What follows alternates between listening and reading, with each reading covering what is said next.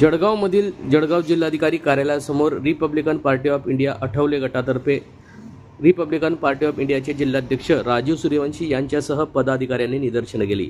2025-2026 मध्ये नियोजित कट करून ठराविक ठेकेदारांना कामे मिळवून देण्याकरता टाकलेल्या अटी शर्ती रद्द करून ई निविदा सन 2025-2026 रद्द करून टाकलेल्या अटी शर्ती वगळून रिटेंडर काढण्याबाबत रिपब्लिकन पार्टी ऑफ इंडियाच्या आठवले गटातर्फे आज जिल्हाधिकारी कार्यालयासमोर निदर्शनं करण्यात आली।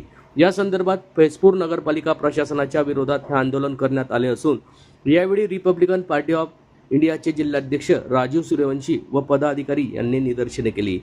या संदर्भातली माहिती आज दिनांक 1 एप्रिल रोजी दुपारी 2 वाजता जिल्हाधिकारी कार्यालयासमोर माध्यमांना प्राप्त झाली आहे। या संदर्भात रिपब्लिकन पार्टी ऑफ इंडियाचे जिल्हाध्यक्ष राजीव सूर्यवंशी नेमकं काय बोलले आहेत ते जाणून घेऊयात। या जळगाव जिल्ह्यामध्ये अत्यंत म्हणजे सुशिक्षित बेरोजगार जे पोरं आहेत त्यांच्यावर एक म्हणजे अत्यंत अत्याचार या ठिकाणी चालू आहे। त्याच पद्धतीने फैजपूर नगरपालिका जी आहे, फैजपूरचे CEO तर मला असं वाटतं का ते राज्यशाहीमध्ये जगतायत बा, मी राजा या फैजपूर शहरातला।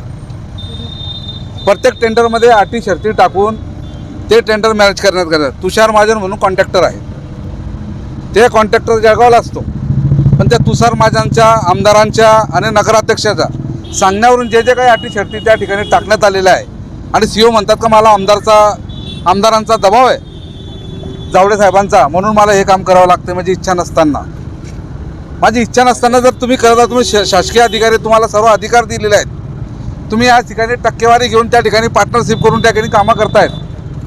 आज या ठिकाणी सुशिक्षित बेरोजगारांना या ठिकाणी शासनाने जो मुलगा नवीन इंजिनियर होतो त्याचं जे या ठिकाणी BNC मध्ये रजिस्ट्रेशन होतं, रजिस्ट्रेशन करत असताना त्याला 1.5 कोटीचं रजिस्ट्रेशन या ठिकाणी दिलं जातं। मग 1.5 कोटीचं रजिस्ट्रेशन जर कॉन्ट्रॅक्टरला या ठिकाणी कॉन्ट्रॅक्टर म्हणून तुम्ही दिलं जातं, सुबे म्हणून त्याला दिलं जातं, तर तुम्ही त्या 1.5 कोटीच्या कामामध्ये डामर प्लांट पाहिजे, RMC प्लांट पाहिजे, मशिनरी पाहिजे, फ्युरी पाहिजे, रोलर पाहिजे, या जर तुम्ही अटी शर्ती त्याच्यात टाकत असाल तर हे सुशिक्षित बेरोजगार पोरं कशात बसतील? मग शासनाने 1.5 कोटीचं त्यांना 1.5 कोटीचा काबरा त्यांना हे सर्टिफिकेट दिलेलं आहे, तुम्ही 1.5 कोटीपर्यंत कामं करू शकतात म्हणून। तर अशा पद्धतीने या ठिकाणी ज्या शहरामध्ये काम चालू आहे त्या शहरातले जे कॉन्ट्रॅक्टर आहे ते लांब राहत आहेत, जळगाव जिल्ह्यातले ठेकेदार जे ते लांब राहत आहेत। म्हणजे या ठिकाणी दांडटक्यांना घास घालण्याचं काम चालू आहे आणि सर्व मिळून या ठिकाणी साखळी तयार करून काम करतायत। तर अशा पद्धतीने फैजपूरमध्ये काम चालू आहे आणि फैजपूरमध्ये 23 तारखेला आम्ही या ठिकाणी आंदोलन केलं की हे टेंडर रद्द करा म्हणून। या टेंडरमध्ये तुम्ही अटी शर्ती टाकलेल्या आहेत ते चुकीचे आहे म्हणून रद्द करण्यासाठी आम्ही दिलेलं आहे आणि त्यांनी या ठिकाणी आम्हाला 8 दिवसाचं या ठिकाणी मोहलत दिलेली होती, पण आतापर्यंत आम्हाला काही पत्र आलं नाही, म्हणून आज रोजी आम्ही कलेक्टर साहेबांना या ठिकाणी पत्र देतो आहे।